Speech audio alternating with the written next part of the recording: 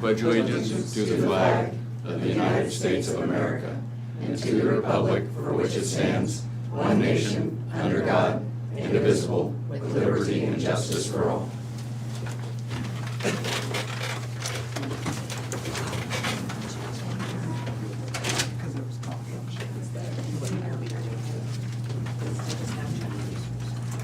Mornings, Moines County Board of Supervisors, April 25th, 2023. I know you're all disappointed. Shane's not going to be able to make it today. I will try not to embarrass him, if that's possible. You had me Name tags don't matter. I was gonna say, you had me confused because I saw that he wasn't here and there was a coffee sitting there on his desk. Oh. There we go. I'm the good looking one. I hope you watch this on YouTube. Are there any changes to the tentative agenda? I have none. I have none. Meet with department heads and elected officials. Sarah Doty. Good morning. Just business as usual, nothing new to report at this time. Founders IT. Just keeping busy like always. Nothing really new to report. I have a work session here with the board after the meeting. Jared Lassiter, land use. Just keeping busy as always. We got subdivision up for review, and then we got another minor subdivision on the agenda. So, anything else to report? Thank you. Chris Lee, conservation. The river's coming up, and so we are a little early as far as boating season goes, but I should note that most of our boat ramps, with the exception of probably Casey Barrow up there, which goes down the face of the levee, all the rest of them are inaccessible. Sullivan Slough Road is underwater. Pretty much once you get to 16 feet, you can't get to any of our boat ramps that have any. So did you say 16? 16, Okay. yeah. Sullivan Slough Road will have significant water over it at 16 foot, and we'll have water up into the parking lot there. That doesn't mean that people won't go through there, but we recommend they don't. Tama has been underwater for quite a while. We get water up onto it by the time the river gets anywhere near flood stage. Same thing with Hawkeye Gully way up north. Case Barrow still goes down the front of the levee, but at our emergency management meeting yesterday, I talked to the levee district, and if the water gets real high, I left it up to them to decide whether or not to close those levee crossings to protect the levees. And so if that were to happen, we'll try to put a notice out that that's going to happen, but for the most part, the river access are inaccessible when the water gets real high like this. So anyway, it's not peak boating season yet, so hopefully it's not too big. Hopefully the water comes up and it goes right back down. Great time for school to be out, we can go have fun on the river all summer long.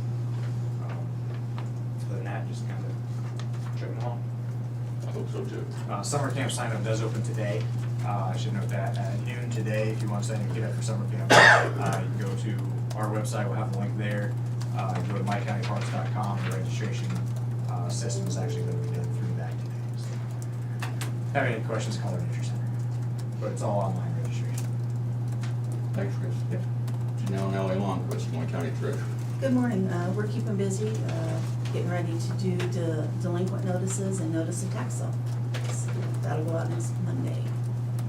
Thank you. Ken Hyman, Southeast Iowa Mental Health and Disability Services Region, for now. Yeah, for now. Good morning. I don't know what the new name will be yet, but yeah, the mobile crisis, the governing board committee that's working on looking at the applicants said they had more questions for the applicants. So there's another meeting scheduled for, is it tomorrow? The 27th. Two more days. 10 o'clock on the 27th. We should have a decision then on mobile crisis. So we're getting close. It's nice to have two applicants, two very good applicants, so we'll have a service here pretty soon. Otherwise, we're just working on doing more contract meetings. I've been typing up contracts for the South Central Behavioral Health region, as well as Monroe County and RCO region. And I got a lot of draft contracts typed up, but they need to go through the management team and then on to the governing board. And some of them still need budget clarifications. Tammy looks at all the budgets and says, no, I need more detail. So we've got 3 or 4 of them that still need more detail on their budgets before we can bring them onto the governing board, but we keep working on them.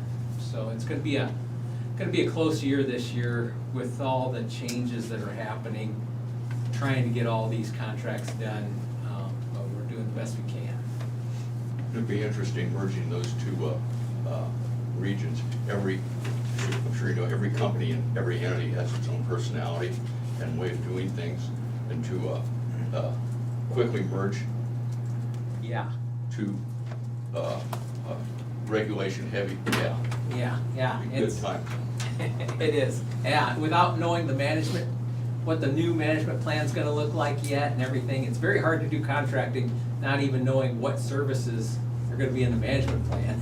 So it's tricky, but we're doing some drafting and we'll get it done. It's just, getting it done by July 1st is the hard part of this year. So it'll all be good when we get done. Brian says we may have to contract twice with some of these, you know, if something's in conflict with our management plan, when it gets done and approved by the new governing board, then we'll have to deal with that at the time, so. You guys are very lucky to have Ryan. I'll tell you. Yeah, Oh, yeah, oh boy. she's an She excellent. is, she is excellent at what she does. Mhm. Yeah. Thank you, Ken. Trent Hankelbeck, County Attorney's Office. Yes, so, everything right now, we're going pretty steady, just chugging along, so nothing significant to report at this point. Trent, can I talk to you after the meeting? Yes. Thanks, Trent. Natalie Stefan, Des Moines County Recorder.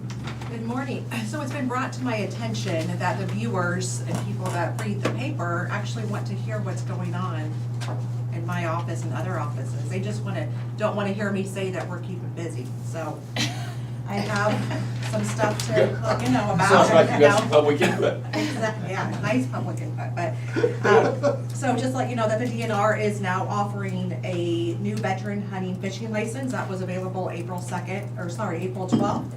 And that's for the new Armed Forces hunting fishing license. That's residents of Iowa who served in the Armed Forces of the United States on federal active duty. The new annual fishing license or hunting and fishing combo license are $7. To qualify, the veterans will need to submit a one-time application along with a copy of their DD 214, and the application is available on the DNR's website. Also, just a little update on our digitizing project. US Imaging, they are finally stage 3, so they have had all of our documents for like over a year now. So obviously the process does take quite some time. So hopefully by July, we'll have those images back and be able to start uploading those. Advantage Archives, they've also been working with our books for about a year. Of the 300 and some deed books, they have about 100 left to go to get all those scanned in. So the project is still gonna take quite some time, but they're plugging away. Thanks, Natalie. You're welcome. We'll find out if secondary roads got the same advice. Brian Carter, County Engineer. They probably went the other way, Brian. Yeah, I get all sorts of advice from the public. Rarely do they want to hear more from me. Couple things, I guess, plenty of stuff going on. Obviously, we're out doing the typical stuff, rock and ditching, stuff like that. But the Bridgeport project is coming along. They are doing a pour this morning, which is half of the connection at the south end, and then they'll wait till timing comes and they'll do the other half. So contractor's been working on backfilling. We had well, it was frustrating to the locals and frustrating to us and frustrating to the contractor. Somebody, from what I can tell intentionally, ran a UTV through the project. They waited for the contractor to leave about 9 o'clock last week, after we had just tied in the rest of the intersection with some handwork concrete, I guess is what I'll call it. I think the fortunate part is that since the contractor stayed around till 9, the only stuff that was semi-fresh was obviously right where they ended. And so, but they intentionally drove in and drove everything they thought was fresh concrete to try to, I mean, they even went out of their way and kind of did a little veer out and around through another spot that they thought might be fresh. It didn't impact it structurally. Aesthetically, it was set up enough that the worst of it was the tread. You could see the tread from the UTV, and then the further they went, it rapidly kind of came up and out and was just more of a surface look thing. So we're not going to make the contractor remove full concrete because it's not structural as far as we can tell. But it's frustrating because you put all that effort in and tax dollars and everything else, and aesthetically you're not getting what you're aiming for. The contractors come up with an epoxy seal for the surface of it, which we don't have much experience with and neither does he, so we're kind of looking at it on the positive side as we get to try a new product and see how that product does. We may have other uses for it elsewhere.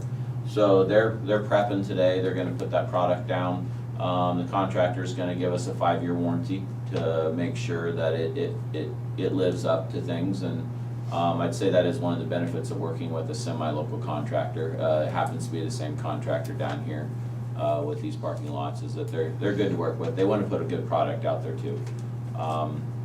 Unfortunately, it was set up enough so it's not like it's not a handprint or something like that. So we have an idea what direction they came from. We've talked to neighbors. Nobody at 9 o'clock at night, nobody knows at this point who it was or anything like that. But I will tell you from what we've been told, the neighbors are pretty unhappy too, because the road's been closed, they know the investment's needed and all that sort of stuff, and it frustrates them. So that did happen. I thought I'd mention it because somebody might bring it up with you guys that doesn't know what happened or what's going on, and that's an unfortunate part of that. But all the mainline concrete's done. They still, again, have to tie in the south end. Half of that'll get done today. But the dirt work contractor is still, between rain and stuff like that, is working on backfilling. So progress is still being made. I haven't been down there since I got back from meetings, so I don't think I can give you a good update on an opening or something like that. But they have made a lot of good progress. So that's moving. Our shop site south of town, they should be pouring the last of the concrete on that. So that's a good thing. I don't think the building contractor's gonna be in immediately, but it is progress on that also. Couple things to tag on top of what Chris mentioned. Sullivan Slough Road is underwater and sounds like it will be underwater for the foreseeable future. We put up signs for that. But if you put up like permanent road closed signs, they just knock them over. So it's kind of enter at your own risk kind of a deal. You're not gonna drive through it, so please don't be dumb. It's to that point where you're not gonna get through it. But, so that's closed. I would anticipate sometime either just before this weekend or sometime over the weekend, just roughly what we see for the river projections, that Tama Road in the area of the water plant will be closed. We will set up, that will be a solid closure once we close it. And that'll just kick traffic to either 113th or 125th. Those are both gravel roads that cut across. This is pretty much exactly the situation. We did that project a year ago on that little cut across road. Because of this exact scenario, because that's where people will they'll take the shortest route over the 99, and that's where they cut through. And I'm pleased to say that road will be 100 times better than it ever was before with that level of traffic. So, not that any of those people want the traffic, but it just becomes the de facto detour when people have to get around that spot. What's the actual river level that will close that container by the water plant? Right now, we project around 19.5. I don't think, even though they have river stages, every one of these flows is different. A lot of times when we have problems, the Flint Creek is part of that equation. Right now, it's not. So I don't think I would stake my name on that exact river stage. I think it could easily be plus or minus a half foot. And we'll leave it open as long as we can. So we'll let the water lap up into the lane as much as we can and let 2-lane traffic through and that kind of a thing. I don't believe as of right now that we will end up having to close 99. We'll just sit back and address that as it comes along like anybody else. Chris mentioned it too about the crossings. So those aren't county roads per se, but the county put an agreement in place probably almost 30 years ago that we maintain the face of those crossings. But we work closely with the levee district in that area also. So the levee district's actually gonna do the closing. I did the same thing as Chris. When they need to close it, they can close it. We don't put full-blown signs up there because just like Sullivan Slough, people just either run them over or throw them in the ditch. So the levee crossing, when that goes closed, they're gonna put concrete blocks in, which is what they've done historically. And that certainly deters people from being dumb, or at least as dumb as they could be. And so that's what'll happen there. I'm sure a few homeowners will be frustrated, but in general, everybody understands, and it's really not a fact or an issue.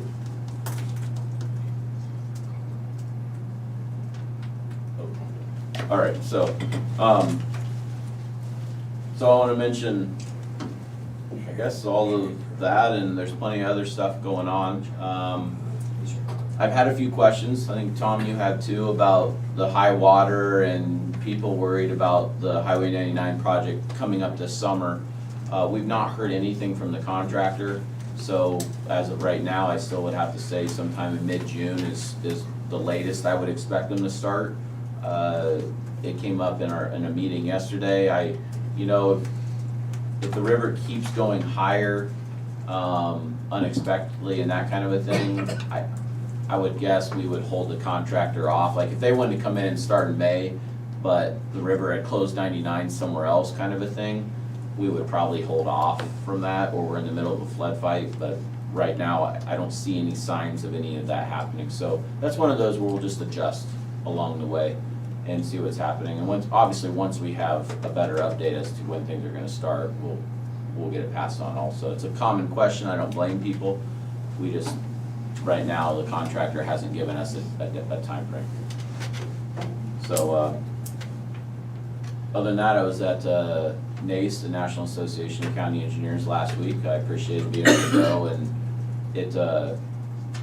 it's really interesting. In my book, I think it's a very good meeting because you get to look at strategies and techniques and stuff that counties are using in places that you don't ever think about having the same problems. West Virginia, California, Alabama, and then there's plenty of other states also, and just how people are trying to do more with less, I guess is what I'd say, because that's pretty much a theme. So picked up some nice stuff there, and just to see how some different halves operate, I guess. So meet some different people and different county engineers, and all of a sudden, next thing you're talking and you have the same problems. So I thought that was interesting, and got to listen to, I don't know what his exact title was, but somebody from Federal Highway Administration talked about all this grant money and stuff, and got to listen to him peddle electric vehicles. I chose not to comment there. So yeah, it was a lot of good information, all kind of packed up into a tight time frame. But other than that, plenty of stuff going on. So if you guys have anything, as usual, pass it on. But I don't think you mentioned a culvert replacement there on Irish Ridge. oh yeah, well we do that all the time. So I don't mention it. I rarely mention it, but we are doing a culvert, crossroad culvert on the gravel portion of Irish starting today. As usual, we wait till the morning bus traffic and stuff's done, and then we'll close it. It's just an old culvert we're replacing. It's kind of deep, so it's probably a 2 to 3 day closure. I think we put it out for 3 days on our press release. Hopefully the guys will wrap it up in 2, but there's no guarantees of that. It's gonna be closed between Stony Hollow and 180th, so that's kind of the north end of the main travel portion of Irish Ridge. You can keep going north, but it narrows up and the traffic drops way off. So it's just north of Stony Hollow Road. We'll have closure signs up and everything else, and we do the press release so that emergency response and schools are aware of it. And so, yeah, we're doing that also. So, and we send out, I thought it was great you asked the question. Somebody had seen the press release, which is the whole point to sending that out, because there's, the problem with those is, I mean, we close gravel roads once or twice a week all summer long, and we do press releases for them so that the emergency response is aware. But your schedule is so variable depending on the weather, that it's not like you get to go send letters out to every single resident. And rarely is there an issue there, but yeah, it's nice to know people actually take a look at that sometimes. So yes, and that's, the culvert crew started work on that today. Thanks, Brian. Krista Pogomiller, local health. Good morning. Last week, there was some changes made to the COVID-19 vaccine schedule. Last September, they had brought out a new vaccine, which was called a bivalent, and that was to address the Omicron variant that was circulating at that point in time. And last week, they made that change to kind of simplify the vaccine schedule. At one time, you were able to get the initial series, the monovalent, you had 2 doses, and then you were able to get the bivalent later. So what they've done is they've eliminated that initial dose, and they're going primarily with the bivalent, which is the original Omicron, or the original COVID, as well as the Omicron variant. And so for anyone who has not received the bivalent, which has been available since September, they're able to continue to get the bivalent.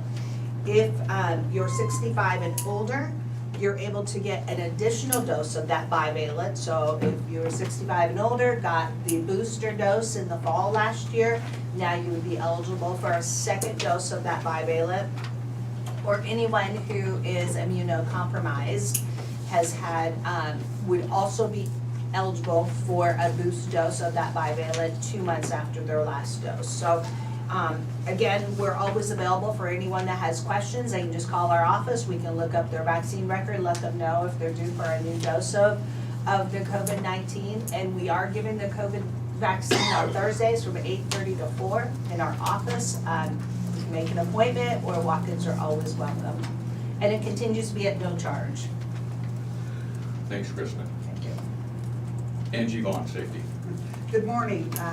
Keeping busy. We had a great insurance meeting last Thursday, so we're on the right track, and I want to thank all the department heads and our employees for working hard to make sure that we're continuing to head down the right path and keeping everyone safe, so that's about all I got. This would be a good time for me to throw in there that the county got a $46,000 dividend on our work comp insurance for last fiscal year's safety performance, so that's thanks to everybody here and thank your staffs. That's a great deal. Rodney Bleasner, maintenance. Good morning. Just a update on the south parking lots. They poured the sidewalk section yesterday, so it needs a few days to cure up before you can drive over that. So we plan on opening that up on Friday, so employees can start parking up there again on Friday. The jail roof, they were planning on this month, things kind of got backed up, so they're planning on starting the jail roof project middle of May now. It's kind of the timeline that they were shooting for. Also continuing to work, putting the new cameras up out there at the jail. You guys have been working on that with IT. Really trying to get that finished up, but it's coming along, but it's been a little bit of a struggle. Just trying to figure things out, so we're getting there. Other than that, that's all I have at this time. Thanks, Rodney. Kevin Glendenning, Moines County Sheriff. Good morning. Sorry I was late. Had a situation pop up that was unforeseen. But as far as the sheriff's office, jail's doing really well. We're down to 72 this morning. 2 out of county, plus 2 juveniles. Those numbers are really looking well. As far as our wait list of going out, we're down to like 1 waiting on the halfway house. That'll probably be several weeks, even a couple months, because she's waiting on the place at the Ottumwa halfway house. And then just 1 added to the list waiting on treatment. And we already have a place for for him. So we're looking pretty good right now. Things are strong. We're having a department photo this coming Thursday. So there'll kind of be a group of us meeting, and if you're out and about downtown, you might see us, but that's what's going on. We're just grabbing a photo. Haven't had that updated for several years and had a lot of new hires. So speaking of that, we have 2 new starting end of this week. Clay Foster, Brett Haubrick. They're gonna be our 2 new deputies. They're just finishing college as well, so our timeline is, they're literally graduating and they're gonna be, or wrapping up their college, and then they're gonna be heading off to the academy next Monday, so start the academy May 1st. So we're really excited to have them on. And we did our civil service interviews last week. We start off with, a number of applicants. That gets narrowed down as we do the physical portion and then the cognitive testing, the written portion of the testing. 3 made it through that, got to the civil service interviews, and after the civil service interview, 1. So that's kind of where we're at. We have 1 position that the board recently allowed us to move to from a transport position to a deputy position. So we're hopeful to be able to fill that. We'll see how that goes. Still a bit of the process to move through. But the Civil Service Board, they're not shy about removing people if they don't feel like they interview well or just didn't meet some criteria. So usually if you make it through that process, you're a pretty good candidate, but we're gonna push through there and see where we land. There's some legislation that made it through this week. Pretty happy with that. It's some enticement and dissemination of obscene material. A lot of it has to do with cases that our detectives have been working, online enticement type cases. There's some loopholes where some of that dissemination, we couldn't charge if it was to an undercover officer. It had to be an actual juvenile. So we got those loopholes closed. And just a big thank you to our area legislators that worked really hard on that. It's one of those pieces of legislation that both in the House and the Senate received no votes. So very happy to see that move through and close loopholes on that in that code. Flood. Obviously everybody knows that there's flood water coming. You'll see us much more present up in the area along the river. If you see ATVs, UTVs on the levee, they are there by permit only. If you operate on the levee, the county ordinance and Iowa code does not allow you to operate a motor vehicle on the levee. You can only be on there by permit by the levee district. So they are there because of a permit that they have. So no other person with an ATV, UTV, automobile can be on that levee. If you go on the levee, you'll get charged. If you cause damage, it's a serious misdemeanor, and you'll likely be arrested for it. Especially at this time, it's pretty sensitive. Don't be on there as it gets, damage can be major damage when the river starts coming up. So those blockades are there for a reason. Don't try to go around them. You'll probably be in something soft and get stuck and cause damage, and it just doesn't go well from there. So, but that's about all I got. Thank you, Kevin. Yep. I don't think I missed anybody. I think you did. Correspondence. I had none. No, I didn't. I had some, but I didn't talk. Okay, probably a good idea. Yeah. We'll proceed to discussion and vote. I would like to go, ask you if we can do a little change in the agenda, just a reshuffling. If we could move item E, the letter of support for the Capitol Theater, up to the top of that, because I know Ms. McCoy has an appointment. We can get this taken care of. We have a letter of support for the Capitol Theater. They've got a Rebuild Iowa Infrastructure Fund grant that they're applying for. Would you like to address this before I read that? Sure. We received $300,000 from the Community Attraction and Tourism Grant. We had also applied for $1.5 million from the RIF grant, which is the one you just referred to. And so now we are needing 1.2 because we got the 300 from CAP. And getting this grant would help us go ahead and start the renovations for the second level of the annex. The main level, we can already get started with that and open the listening lounge, which we are calling Nightcap. And this RIF grant would help us with the needed funds for finishing the renovations for the second level, so we can start the performing arts education, and that includes SEC as well as the general public that would be able to utilize that space. Thank you. So fingers crossed that we get something. Okay. Thank you. So we've got a letter going out to some of the legislators. Our Burlington Capitol Theater has a $1.5 million Rebuild Iowa Infrastructure Fund RIF grant application currently being considered for funding. We're writing to urge you to support this proposal and to share some good news about the project.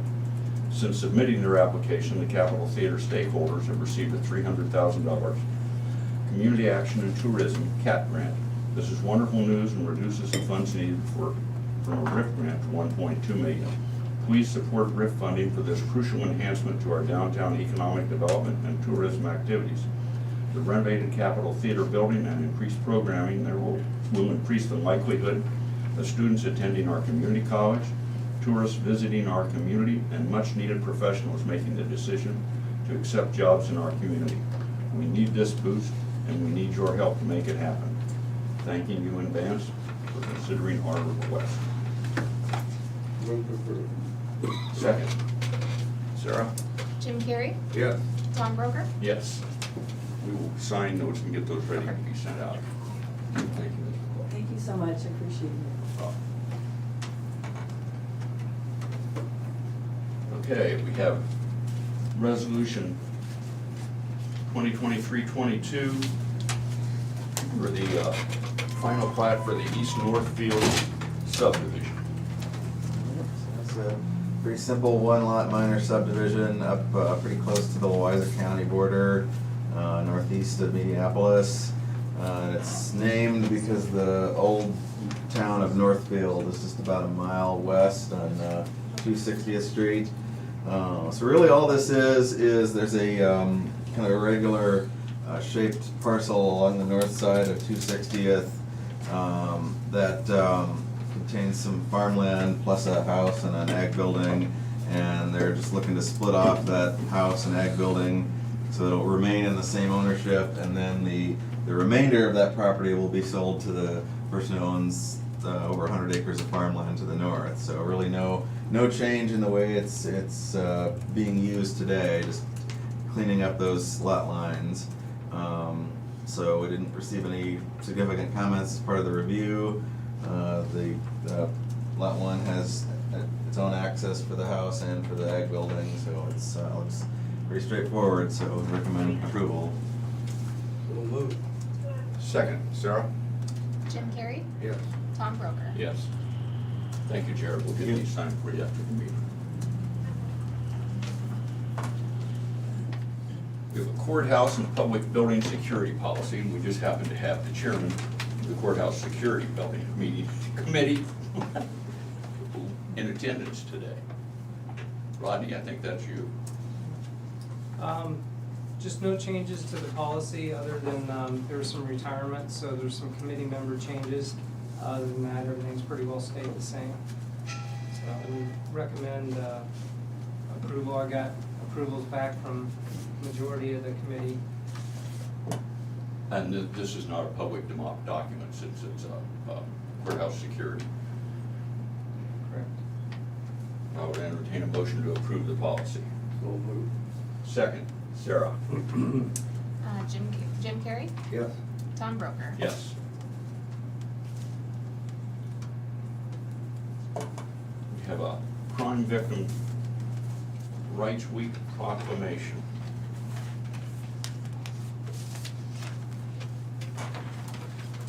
The Des Moines County Board of Supervisors is reaffirming Des Moines County's commitment to the victims of crime in our county.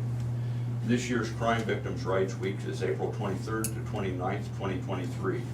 This week is an opportunity for our community to reflect on what we can do to ensure that crime victims are getting the resources they need to move forward in their lives after a crime is committed. Therefore, the County of Des Moines and the State of Iowa issues a proclamation including the following. Whereas, the The term victim is more than just a label and has legal standing and protections that go along with it. Whereas Crime Victims' Rights Acts passed here in the state of Iowa and at the federal level guarantee victims the right to meaningfully participate and use their voice in the criminal justice process.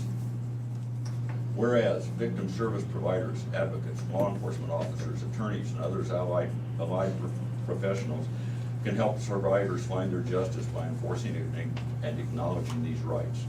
Whereas the right to provide an impact statement ensures that victims' voices are considered in court during the sentencing and, when appropriate, the restitution processes. Whereas including and elevating the voices of survivors makes certain that they are heard and seen and creates a path to forging and sustaining community trust. Whereas engaging survivors creates responses and services that are credible, meaningful, and centered on individual needs. Whereas survivors' lived experiences can serve as a catalyst for implementation of innovative programs, shifting existing programs in new directions and changing policies or practices that prevent survivors from accessing services or pursuing justice. Whereas National Crime Victims' Rights Week provides an opportunity to recommit to listening to crime survivors in every space where decisions are made that could impact them. And whereas the Des Moines County Board of Supervisors are hereby dedicated to amplifying the voices of survivors and creating an environment where survivors have the confidence that they will be heard and believed and supported. Now therefore, we, as the Board of Supervisors of Des Moines County, Iowa, do hereby proclaim the week of April 23rd through April 29th, 2023 as Crime Victims' Rights Weeks, reaffirming Des Moines County's commitment to creating a victim service and criminal justice response that assists all victims of crime during Crimes Victims Week and throughout the year, and expressing our sincere gratitude and appreciation for those community members, victim service providers, and criminal justice professionals who are committed to improving our response to all victims of crime so that they may find relevant assistance, support, justice, and peace. Second, Sarah? Jim Carrey, Yeah. Tom Broker. Yes.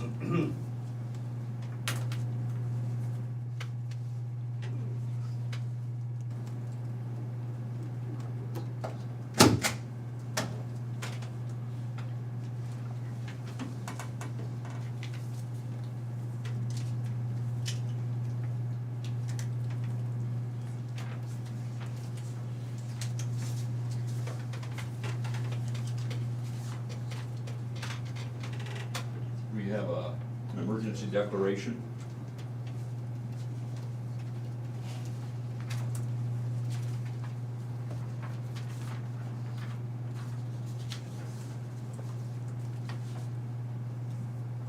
Des Moines County is being impacted by Mississippi River flooding and has reached flood stage on April 18th, 2023, and supposed to reach major flood stage on April 26th, 2023 in Burlington. Major river flooding will cause damage to public and private property, disruption of service, and endangerment of health and safety of the citizens of Des Moines County within the affected area. Therefore, authorized under Iowa State statute, the County Board of Supervisors is declaring a state of emergency for all Des Moines County, including all towns and cities impacted by this disaster. This is a preliminary step. That doesn't mean that this afternoon something's gonna happen. But this is the first step in being eligible for state assistance. And so if it does become necessary, this will take care of it. And going along with this, I'd like to ask that all department heads start tracking any emergency or emergency protection costs going forward, so that if there is some sort of a disaster or emergency, we'll have a start on maybe trying to get reimbursed for those costs. Second, Sarah? Jim Carrey, Yes. Tom Broker. Yes. Yes. I wasn't sure if you could. When did he show up? All right. That's what I'm saying. You good, Shane? He was there. Sorry, I didn't know you were there. And I'm used to it. in widescreen splendor. Anyway,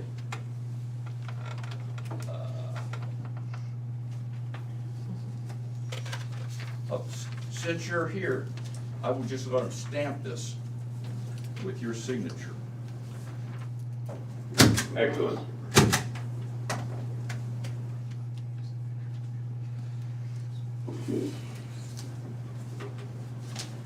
When did he sneak in here? Well, it's been kind of on and off, so I didn't know if it was still working or what the deal was. Just a few minutes ago. Okay.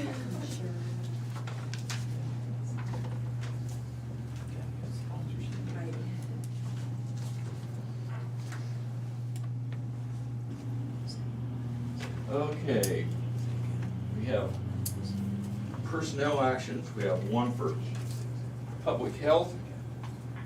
We have Julie Melcher, a new hire, full-time secretary, annual salary $36,788.99, effective April 17th.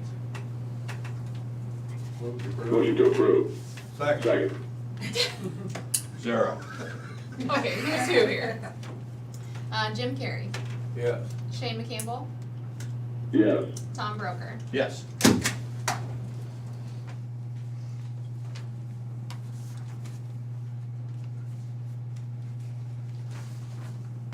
Personnel action for the sheriff's office. We have Teresa Tripp, an administrative assistant. An adjustment started with 2 weeks annual vacation. Go for it, Shane. I so move. Second. Sarah? Shane McCampbell, Aye. Jim Carrey, Yes. Tom Broker. Yes.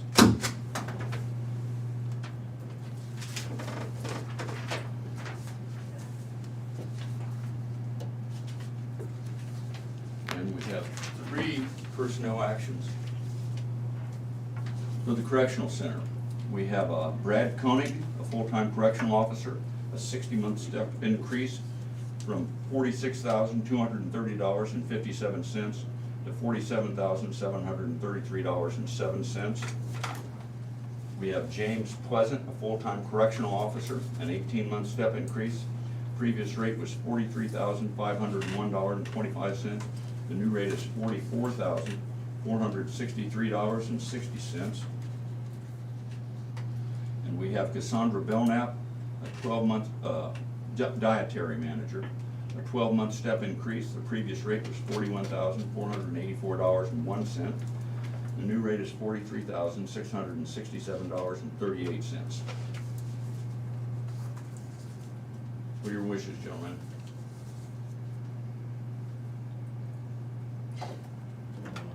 Move to approve all 3. Second. Sarah? Jim Carrey, Yes. Shane McCampbell, Yes. Tom Broker. Yes.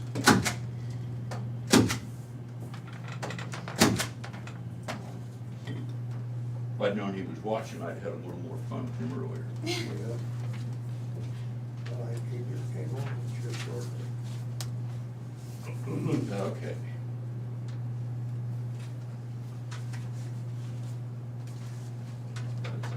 We have the clerk of courts report of fees collected for March of 2023. This report will be on file in the auditor's office and available for public review at your convenience.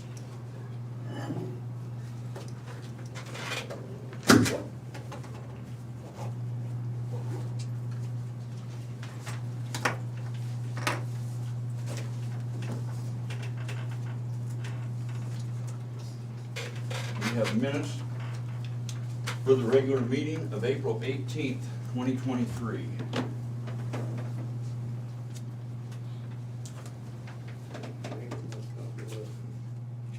Move to approve.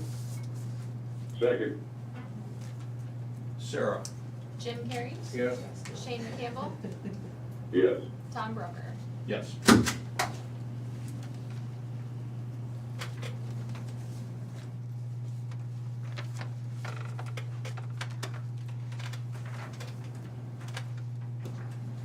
Any other business? I have none. Have none. I have none. Future agenda items. Have none. I have none other than sometime we'll have a October, Yeah, we're coming soon. another work session coming up. Committee reports. I had a public health, meeting. And nice article on Chris last week telling how Des Moines County is growing. I don't want to bust your bubble, but I've got some other news here. Des Moines County on health outcomes. Health outcome represents how healthy a county is right now in terms of length of life and quality of their life. It also is ranked among the least healthy counties in Iowa. We're in the lowest 25%. We are number 86 out of 99 counties for poor health. The health factor represents those things we can do to modify and improve the length and quality of life. Des Moines County is ranked as the least healthy counties in Iowa. And on that, we are number 95 out of 99. There's only 4 counties worse than us. It was kind of an eye-awakening thing. Krista, you can chime in on this, because we're trying everything we can do to change this, but sexually transmitted infections, figured on a per 100,000 capita on a percentage basis, Des Moines County is leading the pack, state of Iowa, and the United States in Des Moines County. I can go on and on about this, but let's take Des Moines County on mammogram screening.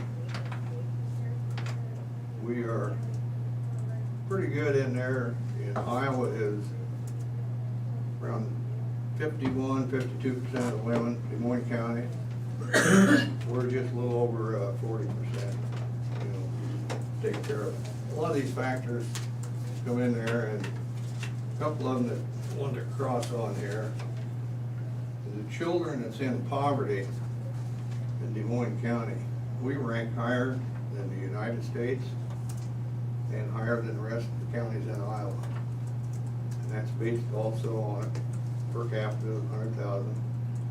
And we're about, right now, we're about 18%. That was, it's kind of eye-awakening to see all this. And the demographics of the county. You want to chime in on this? You got some of these, why don't you go through and help me out with these demographics of the county? Absolutely. Well, and I want to kind of talk about, so every year, the Wisconsin University does this Iowa health rankings that they do for each county. And so that's what generates this information. Yes, we are for health outcomes, 86 compared to the other counties in the state of Iowa. I will say that has gone down. We were in the 90s, so we've made progress towards this, so we are slowly and steadily making some progress. But when you look at like the STD rates, premature deaths, and children in poverty, the last numbers we have are from 2019 and 2020. So as this updates, we're hoping that we've made some more progress towards these things. I know, and looking at STD rates, I guess if I was looking at one of these, one of the things is when we started to address these and started doing some testing in public health, yes, we saw an increase of STD rates, but there was more opportunity for people to come in and get tested. So sometimes the problem is there, but it doesn't get identified until we start giving them options to be able to address those kind of concerns. So those continue to be concerns. As far as being in the red, as far as highlighted, it's red, yellow, green type of a thing in the red. The two things that we really have in the red, again, is STD infections for our county, as well as premature deaths. I think a lot of things that there's some things that health factors could be contributing factors. I know one of those is primary care physicians. That's something we're in the yellow. Our rate is 1,550 patients to one primary care physician. And I think that's a challenge that's being addressed, that's happening everywhere. Healthcare providers are very difficult to find at this point in time. I do think that there are different organizations in the community that are trying to address this, and I know we've worked with some of them. And so we try to address some of this through social determinants, you know, trying to give people transportation and opportunities to be able to come for screening and doing more education. So I think that will help, continue to help move those numbers. But yeah, any suggestions anyone has, you know, I know that the hospital's working on preventable hospital stays. I know even through our home health agencies, we're working on that as well. Mammogram screening, again, that comes down to education, so we try to do as much of that education as possible. I'm assuming drug use is included in some of these statistics. Actually, drug use is not one that we're seeing. There was, you know, things like, physical inactivity. One that is alcohol impaired driving deaths, which I was a little surprised. We're at 43%, again, that's per 100,000 per capita, which United States and the Iowa average is 27%, so that was one that was kind of surprising. And I know that the hospital is hosting a alcohol accessibility meeting in the next coming weeks, so I think that's one that they're looking to address as well. Unemployment was one that I was kind of surprised about. It's at 6.3% compared to Iowa's 4.2 and the United States is 5.4. So some of those factors that, you know, obviously are outside the health, but it also gives that social and economic factors that contribute to this as well. Sure. I was gonna say, I'm very familiar with the county health rankings in the planning sphere. Those have been around for about a decade now, and we've often cited those when applying for grants related to recreational facilities, trails, and parks, because that, a lot of times, what that paints a picture of what, not only the socioeconomic conditions, but what if they're, I know there's some data in there about access to recreational opportunities, how much leisure time is spent on recreational activities. So that's a key component there, is that when you have poor socioeconomic conditions, it's gonna typically correlate with these poor outcomes, but by strengthening the built environment with trails and improved amenities at parks, that's often a way to help provide an easy opportunity at home for somebody to having something close by, that it's low cost to just participate and take a jog on the trail or take the family to the park for a couple hours. So that's another thing to think about there when we're looking at investments in infrastructure and recreational facilities in the community, which we often assist with those. So. Thank you, Jared. Anything on mental health in that? I just wonder. Well, the early death statistics, that would almost have to include drugs and mental health. That or, Because that would be a countywide, you know, you've got X number of people dying, the average age of death or. yes. Well, and environmental factors too, I would assume, so, but yes, they do have mental health providers, and actually that's, ours is 430 to 1, and the state of Iowa is 530 to 1, and the United States is 340 to 1. So we're right in the middle of that, so that's definitely positive.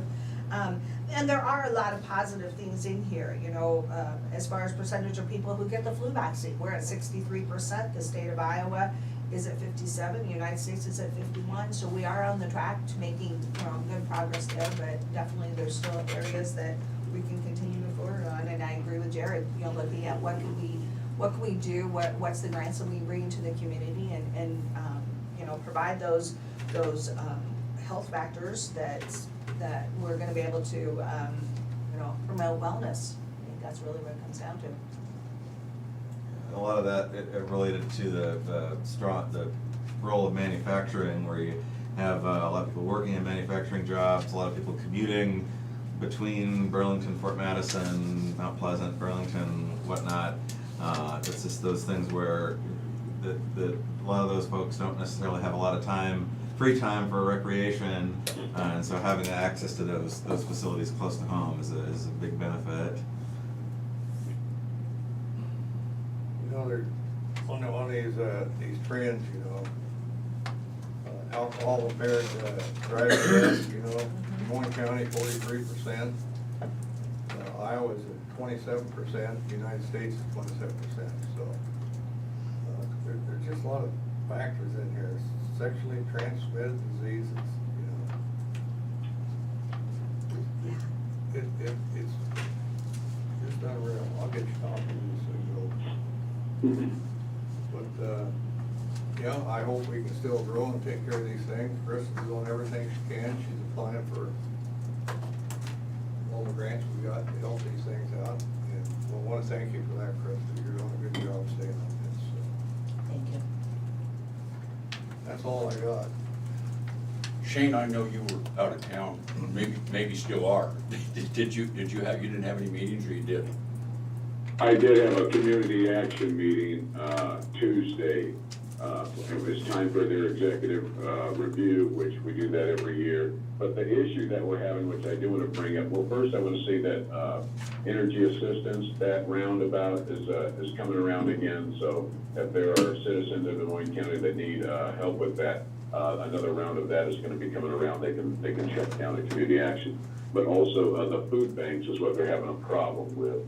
And with the cost of food, they're always trying to find different ways to try to get food into the mouths of hungry kids. But the banks were going through some struggles, so we're looking at some ways maybe to possibly see if other people want to get involved and possibly even reach out to the churches to see if maybe they want to start some type of monthly commitment to where they wouldn't have to do a whole lot, but just they could commit to giving a certain amount to the food banks. So just trying to keep that up and going because we still have a problem in Des Moines County with a lot of hungry kids. That's about it. Thank you, Shane. I attended I guess 2 CO Governance Board meetings. The first one was the joint meeting with the South Central Behavioral Health Region to discuss the merger of the 2 mental health regions, procedures and requirements, and get started on some of that. And then after that, we had the meeting that I was hoping we'd vote on mobile crisis, and we didn't. Everybody knew I was unhappy, but I'm still unhappy, and I'll be happier if we vote Thursday. We do have a meeting Thursday. I don't get excited about a lot of things, but I'm impressed by the proposal they got for the people to provide mobile crisis services, where they come into the county and they can be anywhere in person in an hour. You know, if somebody's and they can give someone a mental health assessment. So I'm hopeful that I can call the sheriff Thursday and tell him that Des Moines County's gonna have that shortly. So we will see where that goes. And Gina wasn't here today, so, but I attended the flood emergency response planning meeting yesterday afternoon, as did the sheriff and the county engineer and Chris Lee, the conservation. And I'm sure you're all aware that the river's on the rise and there's some water headed this way. So emergency management had a meeting yesterday with representatives from Burlington, a number of county departments, both levee and drainage districts, representatives from the lion industry, the business community, somebody from Henderson County, Illinois, among others. And we went over the situation and preliminary planning and preparation efforts. And you'll be interested in this, Shane. I told them the supervisors were available and we all had cell phones. So hopefully it won't be ringing. But if it does, they've got your cell phone number. So, and again, this is preliminary. This is something we don't anticipate being a deal but we won't know for another week, because I think it's supposed to crest into next week, I believe, next Friday, Saturday, somewhere around there. So I would, it would probably be a good time to stay away from downtown Burlington, if you already aren't staying away from downtown Burlington, because I think today, I think they've got some of those planks and their flood wall, I think they were gonna start putting more in. So all we need is one more thing going on in downtown Burlington for traffic. Rodney's done his part, he got his done. But, anyway, so I would advise you about that. And the sheriff had good advice about staying off the levees. If you don't have any business out there, that's. So just a reminder that Shane actually has experience putting up PESCO barriers. When he was on the city council, he came down and worked with me, so I think he needs to get out there and get to work and start. You should call the mayor immediately and volunteer. He was well trained on that.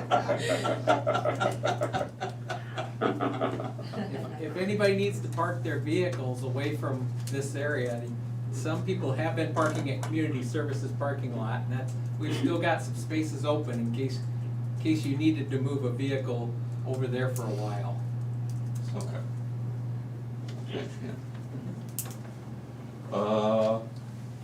Public input. If anybody from the public would like to make any comments or observations, you can call 319-753-8203 extension 4. That's 319-753-8203 extension 4. Or email the Board of Supervisors at board@dmcounty.com. That's BOARD@dmcounty.com. And we'll give you 2 minutes to initiate that. In the meantime, I'm guessing that Bob Czar has something to say. Does anybody else have anything? Bob, you're on. I have it on good authority that the Hawkeye never reports on these meetings by saying, nothing new, in a quote for any of you department heads. We don't either. It's It's in those the minutes. listeners.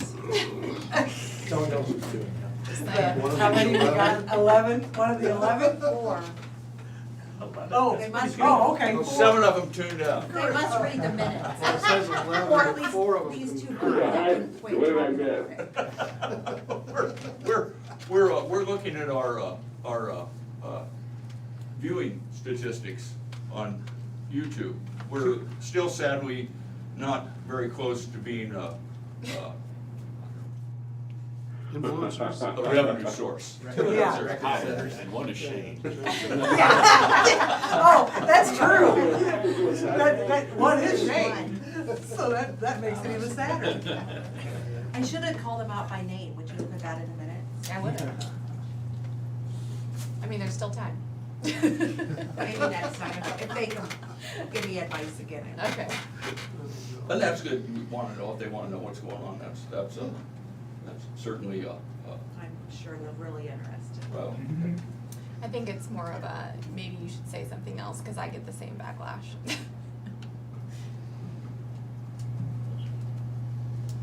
You got about 15 seconds. We have a couple work sessions following the meeting. We have a meeting with Colin Gerst, IT, regarding the State of Iowa MOU, Memorandum of Understanding.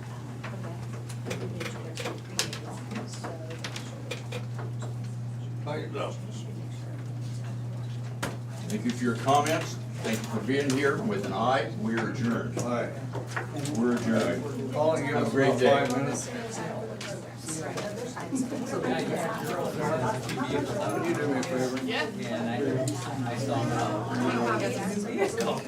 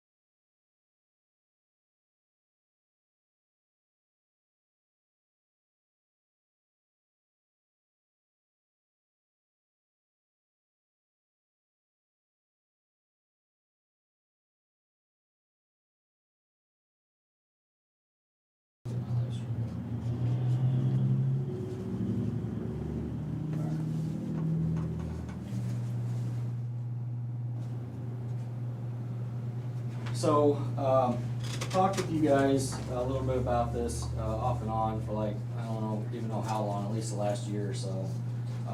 Kind of backtrack a little bit, but what this, MOU, pretty much pertains to is, whenever the ARPA funds kind of started getting, doled out, was that end of 2020 or early 2021, something like It that? was, early 2021. Well, wait, but part of it was, with the first American Rescue Plan was in 2021. So whenever that first got doled out, as part of that, the federal government gave the states money to give to local entities, counties and that, pertaining to cybersecurity. And the main focus was kind of like, with elections and trying to secure elections. So the state, in their infinite wisdom, kind of held that money to the chest and didn't give it to the counties, and decided to come up with a system that would try to blanket all the counties. Now, the system they came up with was this EDR solution, which EDR is an endpoint detect and response security platform. And what they did is they looked at a bunch of different solutions, decided on CrowdStrike, got some good general pricing with them to roll this out to all the county entities. And then eventually they're gonna do cities and schools and that as well. So what this MOU in a nutshell pretty much talks about is what the county is liable for and what we agreed to, and what the state is liable for in terms of that part of the contract and what they agreed to do. I have a little webinar I'm gonna show here in a minute. I'm only do about 10 or 15 minutes of it. It's Jess Flaherty, which is one of the gals, I don't remember her exact title, but she's one of the program managers with the OCIO, and she kind of goes over this MOU and each step on it, and kind of what we need to fill out, and things that are are going to be important for the counties and what we need to make sure that we do. Generally, there's requirements for us, obviously to make sure that these are installed, they're maintained, they're updated. Overall, the state is still pretty much primarily holding all control in terms of the software platform, which there's been a lot of headbutting between the county entities and the OCIO office on this. They've given us a little more rope, but not really what we want. And generally what I mean by that is we can't install the software, we can't uninstall the software, we have to get special tokens from the state in order to do that. So if there's any issues or any problems with a desktop, there's not really anything I can do without waiting on the state to get back to me. So if there's, let's say, any kind of conflict or problem on a machine and I need to uninstall it, we can't do anything with that machine until the state gets back to me and gets me an uninstall token to even uninstall the software off the machine. So they're maintaining everything and kind of holding that pretty close to the chest. So real quickly, kind of what a EDR is comparative to antivirus. An EDR, endpoint detect and response solution, is a little more intelligent in terms of looking at trends and stuff on your networks and on your computers, and it looks for stuff that's out of the ordinary. It'll still scan for viruses and things that are on your network, but really what it's looking for is somebody opens a document or does something that's very out of the ordinary or unusual for what they typically do on a day-to-day basis. So it's got like a behavior pattern that it looks at. And if it sees something like, all of a sudden Sarah's computer is trying to access Natalie's computer and try to run scripts and stuff on it, that'd be a pretty big red flag, and it would immediately stop that. AV doesn't do that. Antivirus typically has a signature file that it has, or a database, and it checks for bad files. So it knows bad files that are out there, and when it sees that signature on a file coming in on the computer, it immediately grabs it, quarantines it, or deletes it. It also has a little bit of, heuristic features. So if it knows that a bad file signature does these type of things, it'll kind of look for that. So like if somebody writes an antivirus or a bad virus program that, let's say, deletes a file in this particular registry and then renames it and tries to change that signature file to something else, it'll notice that pattern and that, hey, that's the same thing that this other virus is doing, so it's probably an offshoot of that virus and tries to stop it. So that's how, when they'll say, well, there's a new virus out, we should have an update out by tomorrow or something Yes. like that. Is there they're sending out, said this is that file, so that, okay. This AV is, will this is the recognize it. signature on that file. Every file has a little signature to it, and it recognizes that file when it comes in and just tries to block it. So EDR is more kind of like having a guy that's just constantly looking at the network and seeing for stuff that, hey, that looks unusual, and notifies. And then it can also block and do other things depending on the threat level of it. You know, like, oh, this is could potentially be really, really bad, so it's gonna block it. Or, hey, you might wanna just look at this, that kind of thing. And this is all going to be going through the OCIO's SOC, which is their Security Operations Center. They have it in Des Moines, it's 24/7 SOC now. So they get those notifications first, and then they notify us. So I gotta wait for the state to notify me on, on these applications, so. Any questions that you guys have here before I play this little video?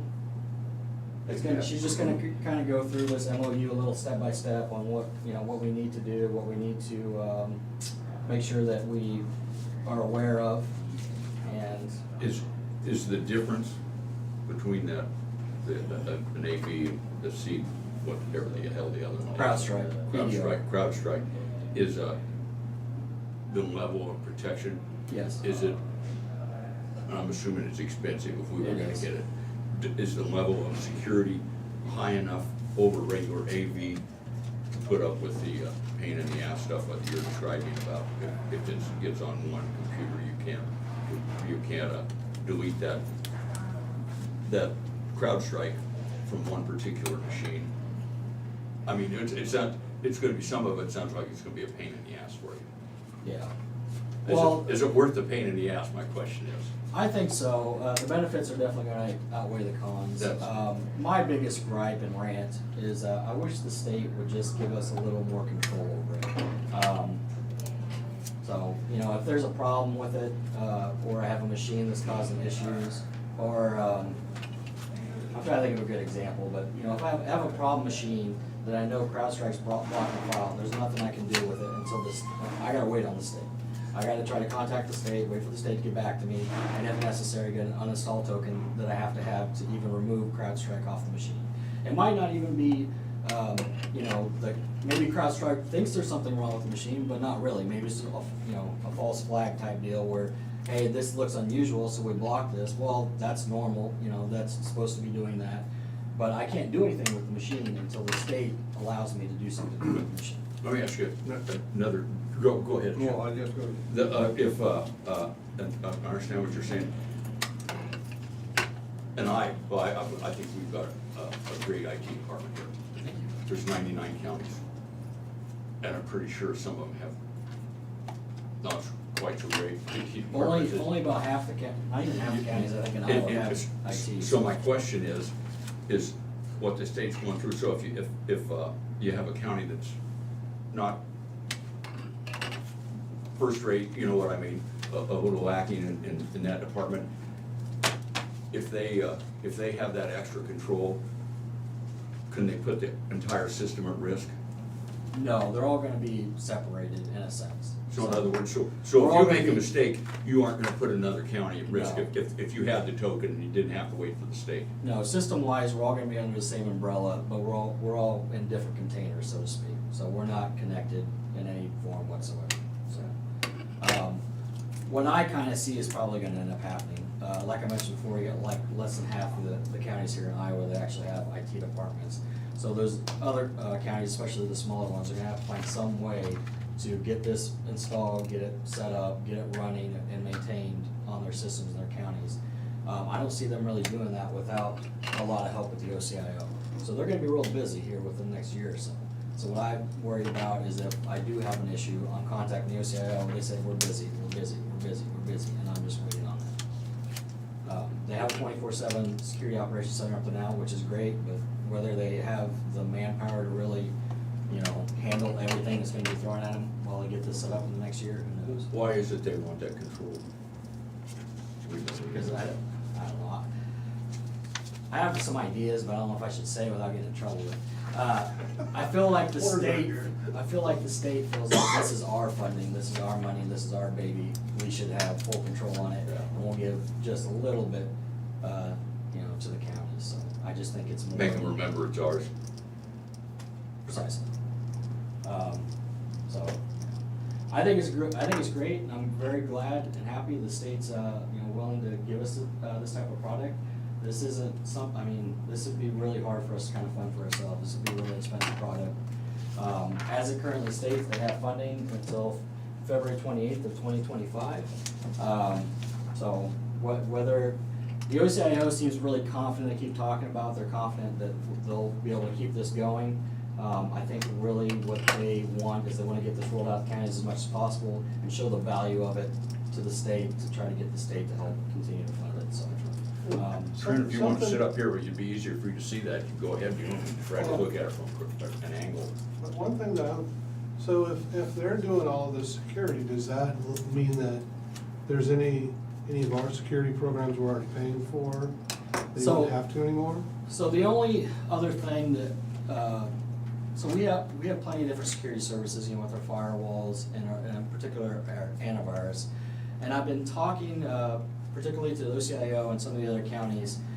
The consensus is pretty much everyone's gonna hold their antivirus on their machines. This will do a good job and should pick up large majority and most probably all of what my current antivirus picks up, but it doesn't seem to be any conflict between the two systems. You could possibly use this to replace, but there could be some stuff that the EDR needs time. Like, the EDR needs time to learn, what's on the network, where everything is, what's normal, like normalcy. So that when normalcy doesn't happen, it can red flag, properly. And there's gonna be some give and take on this for a while. But I think it's best to probably keep our antivirus in place at least for a while to see how well this solution works. Now, in a year or two's time, if it seems like this is working great, it's pretty much catching everything that our antivirus currently does, and I feel like the funding on this is gonna be good for the state. I probably will look to drop our antivirus, but right now, I'm gonna keep it in place. I don't think redundancy in a security system. It's just gonna be another level, basically, of protection we currently have. And it will bring some good benefits, for the county. I'm pretty excited about it, so. All right. When you're saying, Can you you see gotta the wait on to screen? get that machine, I can. if something goes wrong with, let's say Sarah's computer in there, does that shut the whole thing down? She can't do any other work on it? It depends on what the software considers it to be a threat. It could just find something, hey, this is unusual, and send a notification to the state, and then the state gets back to me saying, hey, you might wanna look into this. Cause this is happening, and this could be something going on. Or if it's something that's really blatant and bad, like it detected a crypto locker or a ransomware attack or something on our machine, it just straight frees the machine up and try to take it off the network so it doesn't spread or do anything else. Basically quarantines it off. So she won't be able to use that machine, won't be able to do anything until we can get it cleaned and get it basically reinstalled with CrowdStrike from the state. So then that takes her away from going over to somebody else's machine in there and trying to get on the program then. She can. I mean, it's not gonna affect her account. It's just the machine she's on. All right. So, all right. So, like I said, this is a longer video with some questions and Q&A at the end, but I'm gonna play about 10 or 15 minutes of this, and it's gonna go specifically kind of step by step over this MOU. And this is just Flaherty, like I said, with the OCO, and I think she does a really good job of explaining it, so I'm gonna be lazy and have her kind of go over this here.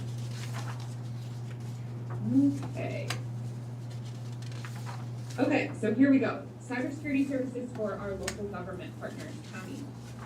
OCIO, just a little reminder, we do have oversight responsibilities for our enterprise, the agencies, which includes several things, but security standards and cybersecurity services, IT procurement, planning. And then in Chapter 8B, we do have the ability to also serve our local government, so counties and cities, education institutions here in Iowa, and 501c3 nonprofits across the state.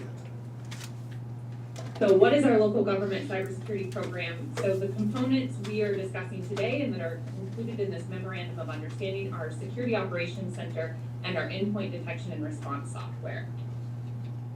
Just as a quick reminder, our Security Operations Center, so the purpose of our Security Operations Center is to provide that threat monitoring and alerting to our local governments 24 hours a day, 7 days a week. So we did, in the last 18 months, we moved from a 2-shift Security Operations Center to a full 24/7 shop, and so we have employees that is their job, our security analysts. They are looking at our security, all of our different tools, and they're monitoring and alerting as necessary. And then the second component covered in this memorandum of understanding is our endpoint detection and response tool. So as I mentioned, historically we have used FireEye HX software, and we are now migrating to CrowdStrike software.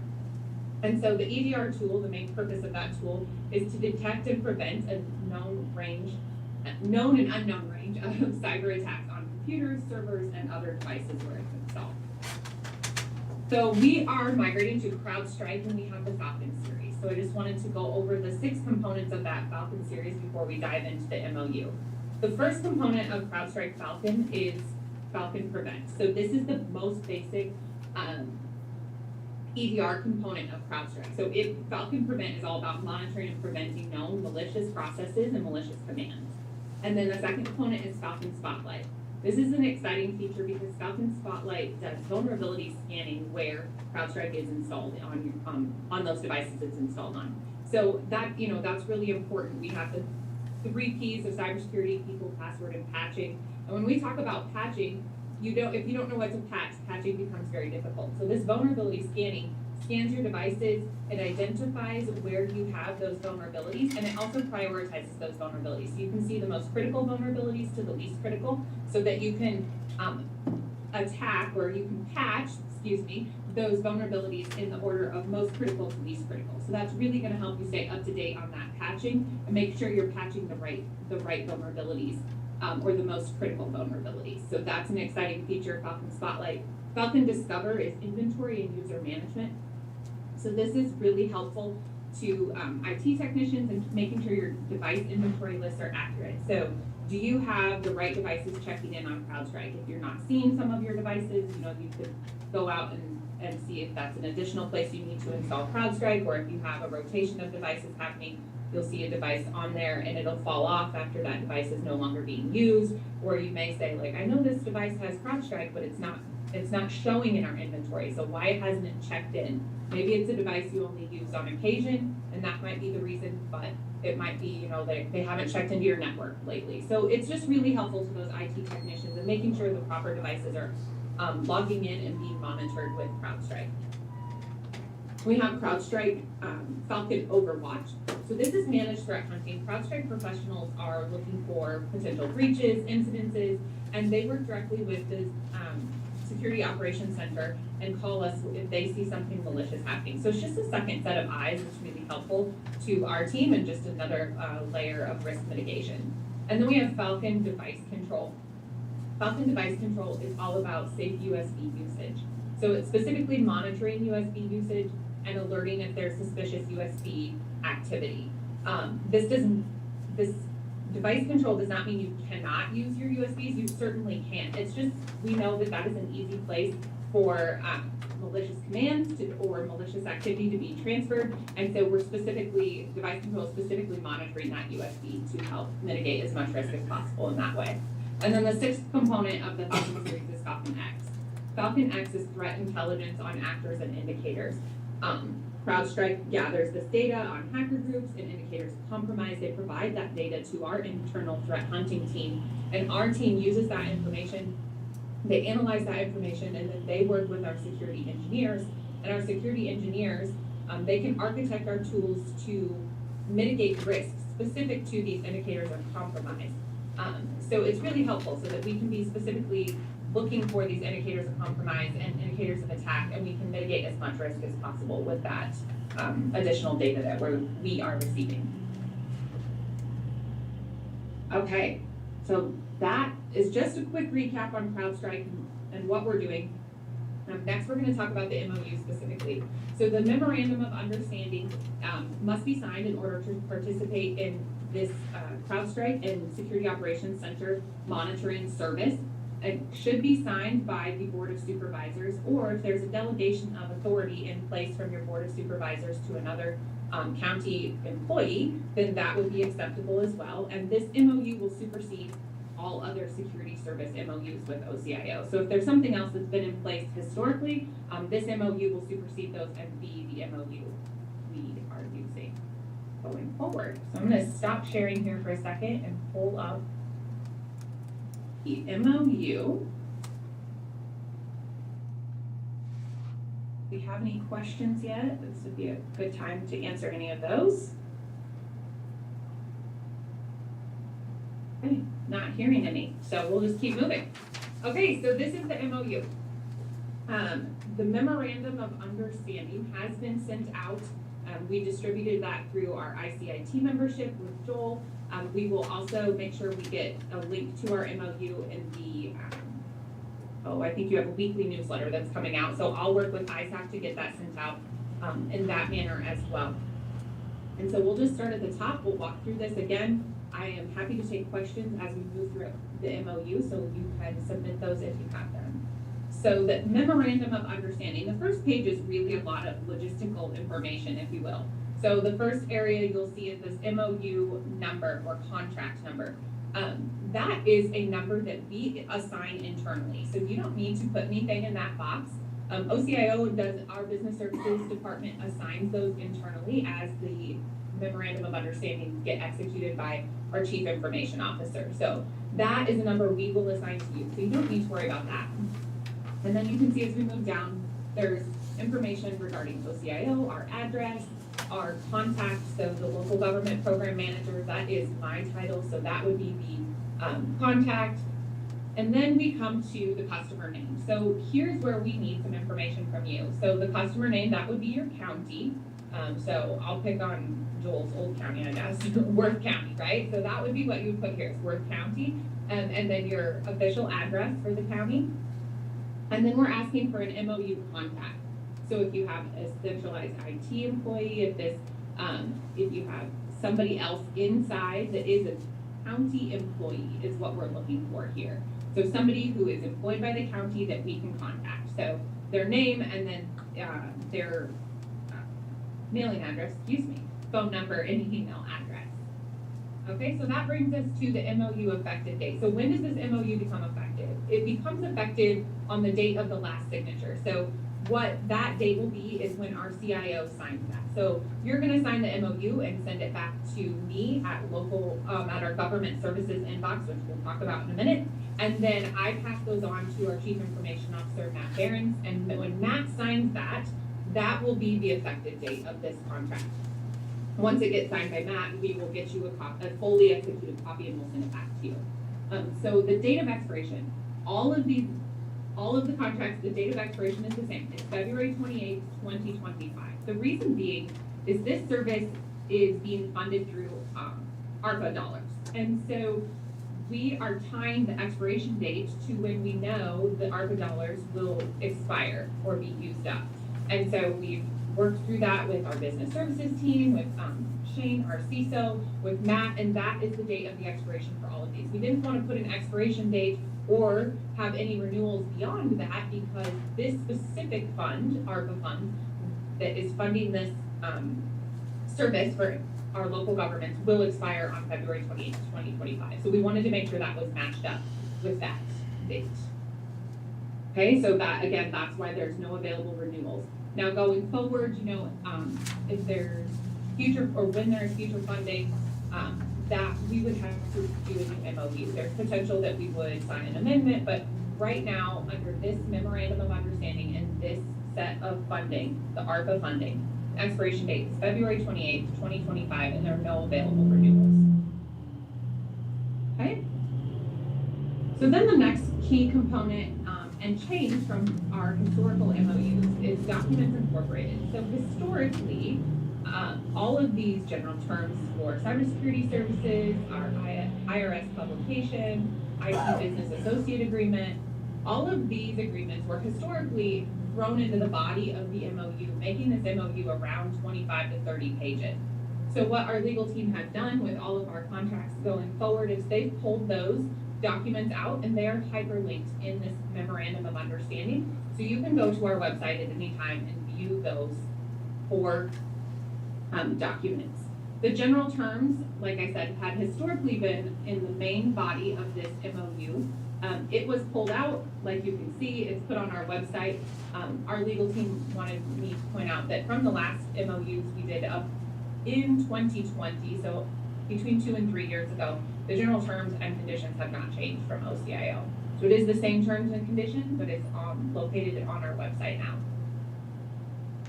Okay, we'll move on, unless there's any questions, to term and termination. So, as we talk about the term and termination of this MOU, and as I stated with the effective term, and there's no renewal, so this service is being funded by ARPA. And because it's being funded by ARPA dollars, there are a different set of requirements, financial audits, tracking that OCIO is required to do in order to distribute these funds to our local governments. And so what that means is we're signing this MOU, we're tracking these dollars. And so when we talk about the termination by the customer, the MOU is non-cancelable during the term.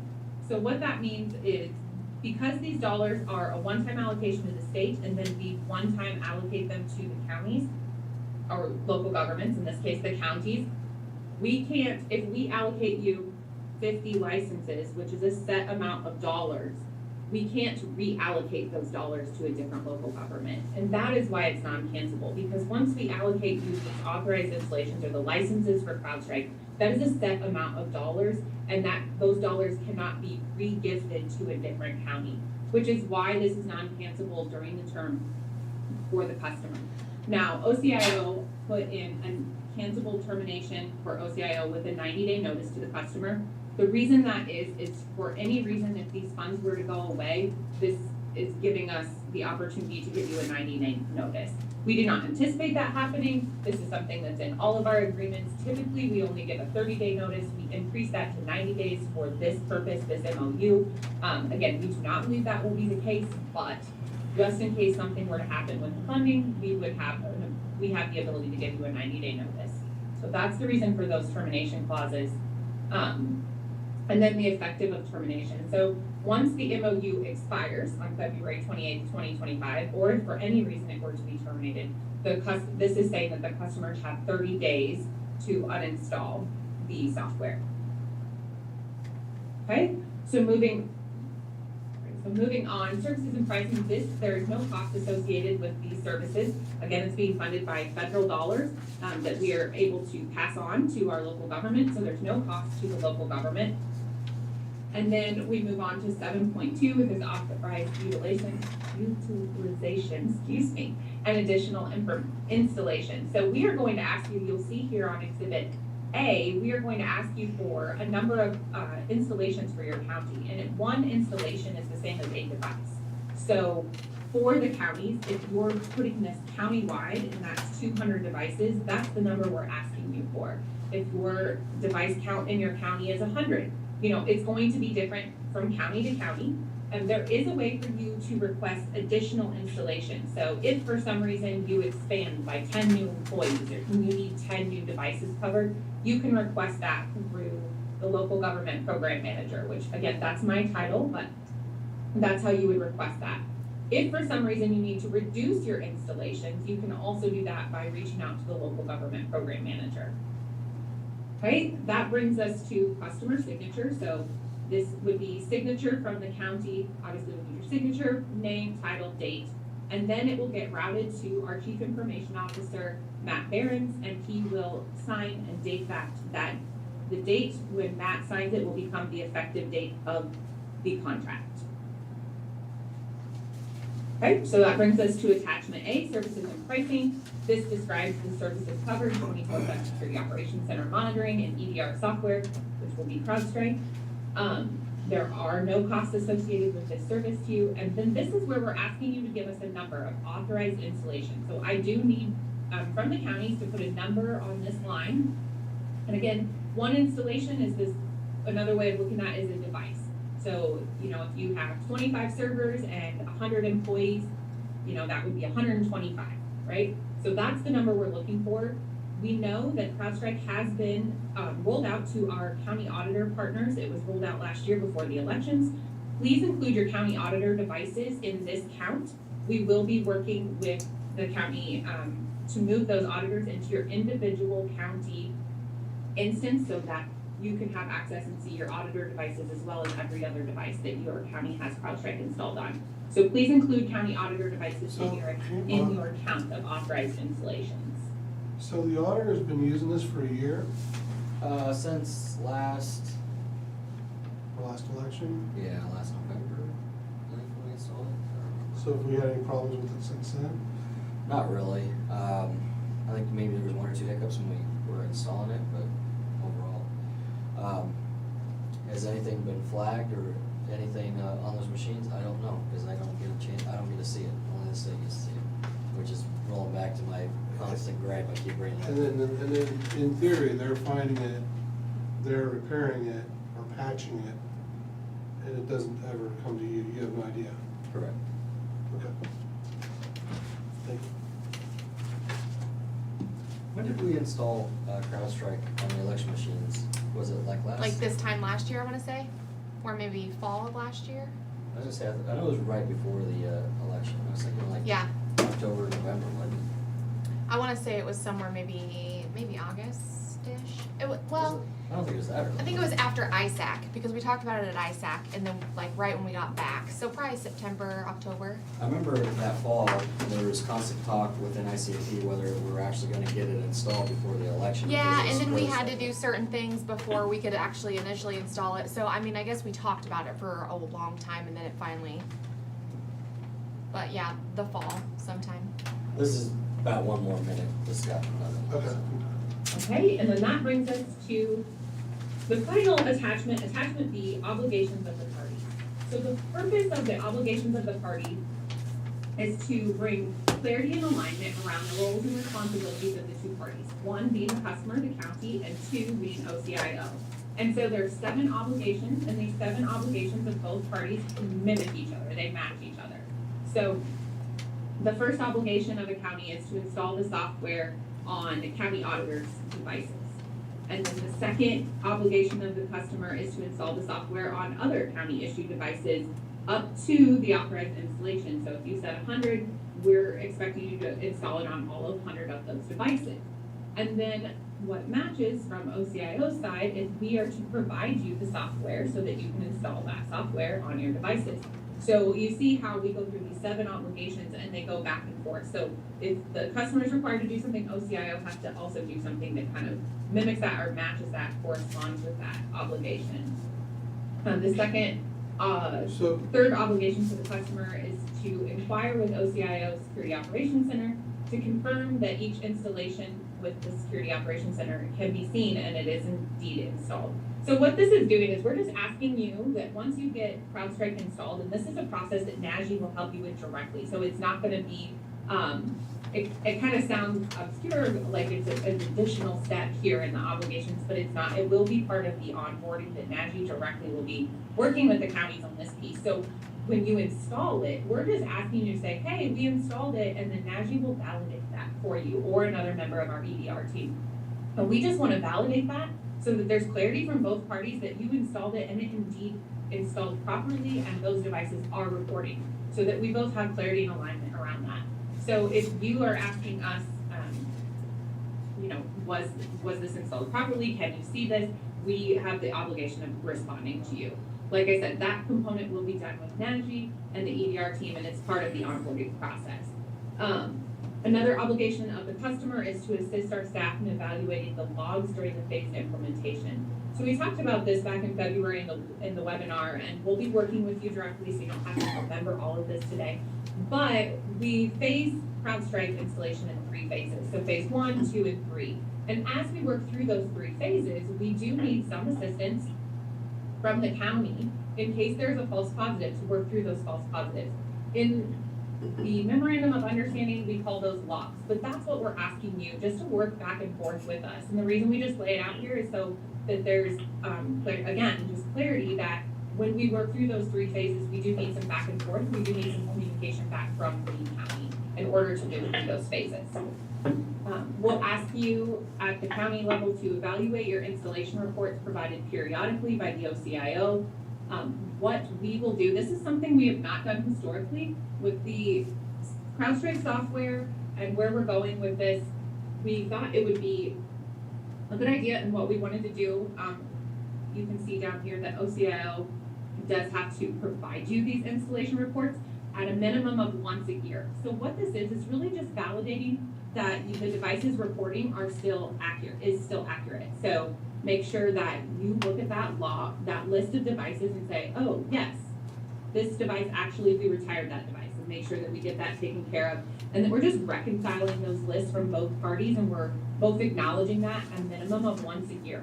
And we wanted to do that because sometimes in your day-to-day life, thinking about installing CrowdStrike on a new device may not come to your mind first. Or you may forget that, hey, we got a new device in the auditor's office, and you may forget to get CrowdStrike put on that. So once a year, we want to go through this list with you and make sure that we have all the devices that should have CrowdStrike. That way we can help mitigate as much risk as possible in that way. The sixth obligation of the customer is to work with OCIO staff in responding to security incidences. We're just laying it out here for clarity's sake that if there's an incident, we're gonna need somebody from the county to assist with that from your side and respond to us. And then the seventh obligation is to uninstall the software at the end of the MOU or as otherwise directed. So that is the MOU. Quick, down and dirty there. Are there any questions I can answer? We did have one come in. I think you might have just answered it. So that's pretty much it. Do you have another question? No, I don't, and the only thing I had flagged on that coming in, like I said to you, I thought when I read it, I thought it looked like the easy button, and I hear you obviously pointed out, the warts and some of your concerns. The only thing I see is, so for compelled discovery, so they have, one concern was what about, human resources, things like that. They have to follow, as far as disclosures, all the rules that we have to follow. So we have a third party who's gonna have access to all of our information. How does that look? And when you get into these general terms that she's gonna cover, they've really covered that. The state's done a great job with that. So this third party company, CrowdStrike, they have to follow all the rules that we have to follow as far as disclosures. But then compelled disclosures, they have 5 days for compelled disclosures. And it could be that in litigation, they don't have as many protections as we would have. And really, it's just another avenue. Somebody could go after CrowdStrike and get at our information, or they could go after us or the state, because the state's gonna have it now. So instead of just the county, right, it's 3, but that 5-3, that compelled disclosure. And then I also hear reporting, so we have an opportunity or an obligation of reporting any security breach. That's something that we have to do. So if, say, a phone was lost, as soon as that happens, we have to let the state know, right?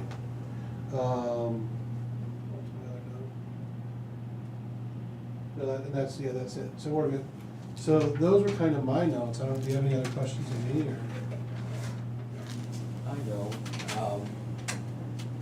Like I, kind of said earlier, I do like this. I like, the fact the state's providing us with a little something, a little more security services that the county would really struggle to pay for on its own. How long it lasts, I don't know. We'll have to see. But really, the only thing I think the county really needs to worry about overall is just making sure that we're active in the implementation, and that we're making sure we're giving them proper reports for the authorized devices to install. I started going over with the guys upstairs yesterday, because we have an internal inventory list of machines not including mobile devices, because they didn't wanna add mobile devices on this, like, tablets, phones, anything like that, but it was mainly strictly servers, desktops, and laptops. We were at 293. I know there's a few that we could probably, clean off there, and we need to finish going over our list, because we just got done replacing a ton of, machines. We tried to clean those off our inventory list as we're going through, but I know there's probably like 1 or 2 on there we need to remove, so it'd be somewhere in the ballpark of maybe 285 to 290 devices we'd have to ask the OCIO to give us licenses for this, so. But you don't think phones and tablets would, you wouldn't worry about those? They didn't wanna add those. Oh, they don't wanna, okay. So your concern is that they still would have more access to your files over there at your office than what we've actually got now? Well, I mean, any of the above, so just by more entities having the files, right? Regardless of who the custodian is, anybody that has, because it used to be like, you know, they used to go, so you have one, the Iowa, what I would call freedom of information, but it's the Iowa, it's not freedom of information, it's different acronym, but basically the same thing. But also just formal discovery and actions. So I think what this use agreement does, it does a very good job of porting all those protections over to them and requiring them to follow all of those protections as we would have. But anytime you have 3 entities to go after to try to get the same information, there's just more ways to go at it. Right? Hello? Jake? Good, how you doing? Well, but other Yeah, I than just that, traveled on my route, what?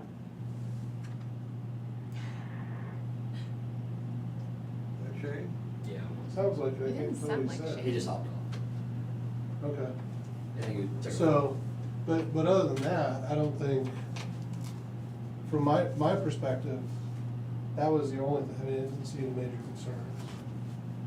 Well, that's quite a concern, you know, for some of the cases you might handle. Well, I can see where you'd be concerned. You got, say if you got a murder trial going on or something like that. yeah, Somebody could access that. You got, well, any of those, they're gonna have protections. So like I said, they've done a good job of porting over a lot of our protections. So say they wanna get information from a device from the sheriff's department, right?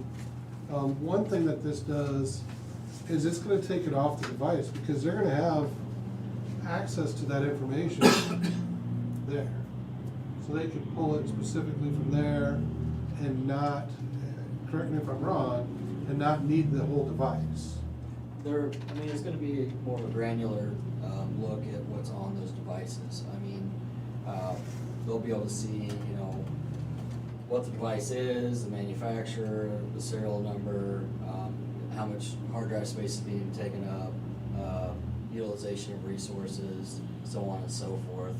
I mean, if there's incidents in that, they will be able to see file names, of those that have been affected. But in terms of, hey, can we just jump in and see what all your, files are on the system, that's not something they'll have access to. So they wouldn't have access to that. So then there isn't that third point of vulnerability. They don't have it. I mean, CrowdStrike will be able to look at trends, and things like that. It will be good and positive in some aspects, once this gets rolled out to all the counties. Cause, one thing that, IT guys as a group notice is, generally when one county gets hit or gets affected or sees something unusual, 9 times out of 10, the other counties are gonna see it as well. It's more of a broad attack against all, governmental entities, local governmental entities. Very rare are they just trying to hit like one, unless it's more of a personal grievance of somebody, And I didn't see anything in this at all as far as like monetary protection insurance type or something like that. Saying that if we're hit, that, and they do somehow steal information, that the state is gonna pitch in to get it back or crowd strike. There's nothing like that, right? Not that I've seen. I didn't see anything like that, yeah. There's some language in the business associate agreement, which I can try to see if I can pull up here, but, I'm trying to think what the wording was. But basically that both entities would protect the data to the best of their ability, but kind of neither were on the hook in case of either one getting, attacked. Cause that's kind of been I don't know if that's been the biggest thing, or if that's been the one that gets media buzz, where they hijack and hold ransom government entities for. And that's strictly kind of what this is being rolled out to try to prevent. Antivirus and local security solutions can only do so much. They'll struggle a little bit with some of the ransomware and crypto locker stuff, but this should try to see that, you know, in case of those things, and try to stop it before it spreads. You know, a lot of counties, when they get hit with this certain stuff, it infects the machine and then it spreads, you know, into the server environment and everything else. So this isn't gonna guarantee that none of the machines are ever gonna get infected again. But if it does, we can mitigate it, you know, just lock down this machine that has it and quarantine it off the network. So now you're only having to worry about fixing and those problems on that one machine, and you're not taking the whole county down. And that's part of their emphasis on the USB monitoring? Yeah. Yep. Well, that and the other tools, yes, that's just one aspect of it. You guys, is it clear as mud? I just told Tom, I said, that's way up over my head. I guess I understand a lot better what you've explained to me, but it's still over my, that's basically, I depend on you to say this is cybersecurity, this is good for it, not good on it. Two questions though, when they were talking about those, fortunately you put in a thumb drive or whatever like that, you know, you could put in something that would have a virus on it or something like that, or you could be trying to steal. If you watch TV programs, you know, or anybody, they just want to get close to that computer, download the, whatever file it is they want before the guy comes back through the door and shoots them. You're watching too damn many minutes. I know. Anyway, does this tell you that there's somebody's stuck a thumb drive in one of your computers? I don't know if this will tell me every time someone's done that, but it'll look for like scripts that are running automatically off of those thumb drives, things of that nature. So in other Stuff words, that if are it kind of downloads, flagged. it's starting to download something that Yeah. says, give us all your bank records. And that's the biggest problem with some of those USB drives. You plug it in, you plug it into the computer, that's fine, but if there's something hidden on that drive that's running a script that's trying to either encrypt, all the data that's on your computer, or just trying to see if it can find certain files, like you can run a script that'll look for money or cash or financials, those kind of buzzwords, and just try to download every file that has those kind of keywords into it onto those thumb drives. Yeah. Or honestly, it doesn't even need to download, it could just tell those files, hey, go hit this website that is my little private website online, and just send all those files. And it can do that without the user even really knowing what's going on, like they're not even gonna see that happen, so. We tell the offices, and the offices are generally pretty good about it. If they have a drive or something they need to plug in, let us know first. Especially if they have an outside vendor come in saying, hey, we need a file, can you put it on this thumb drive? They'll give it to us first, we'll scan it, make sure it's clean, and then give it back, and then let them copy those files for the client. Doug Trent, and you talked to us about before, this does seem to be, I think this would be good for the county. It comes with some pain in the ass, but anytime you deal with the state or federal government, they just put in pain in the ass stuff just because they're going to. Yeah. So if you think it's good, I think it's good. I do. So, would either one of you have any problem with me kind of getting this filled out and then giving it to Sarah to have you guys sign next week, or is there any more discussion you wanna have on this at all, or? Nope, I'm fine with it. Okay. We'll get that going, and then, the idea is we get this sent into the OCIO, and then, they're gonna put us on a list, and I don't know when, when they're gonna roll this out for us, but I would imagine within the next few months, 2-3 You know, months. 2025 now, then I'm assuming there's gonna be a charge on it then through the state. If I were a guessing man, And they don't have any idea what that's gonna be yet. if I were a guessing man, what I would guess would happen in February of 2025 is the state's gonna look at this and say, yeah, this is a good idea, and we should continue it. And the state will pay for this percentage, but anybody that wants to continue using it, here's your percentage. So, whether the state's like, oh, we'll just keep paying for it, I just don't think that's gonna happen. Probably not. No. It'll be, we'll pay, let's say ideally, we'll pay for half, and then if this county or the city wants to pay for half, then we'll do it. This is something, when they say, okay, we're gonna do this on the 3rd of June, that you just go online and download it, that into all your, or do they have to send somebody down here to do it? So talking with Andrew up in Marion County, because they were kind of test siting this, we give them a list of all of our computer names and devices that we want to put it on. They gave us an installer, and then we just start hitting them one at a time, install it, and then as we install it, we notify the OCIO saying, hey, these are the ones we have done, can you see them? And they'll get back with us and say, yes, we see they've been installed, and they're reporting like they're supposed to. Thank you. Yep, thank you, perfect. Trent, I emailed that to you. Perfect, thank you, Al. And if you call her, put an earplug in one ear and use that ear for the phone. Give her Brian's Yeah. number. Huh? Yeah, sometimes people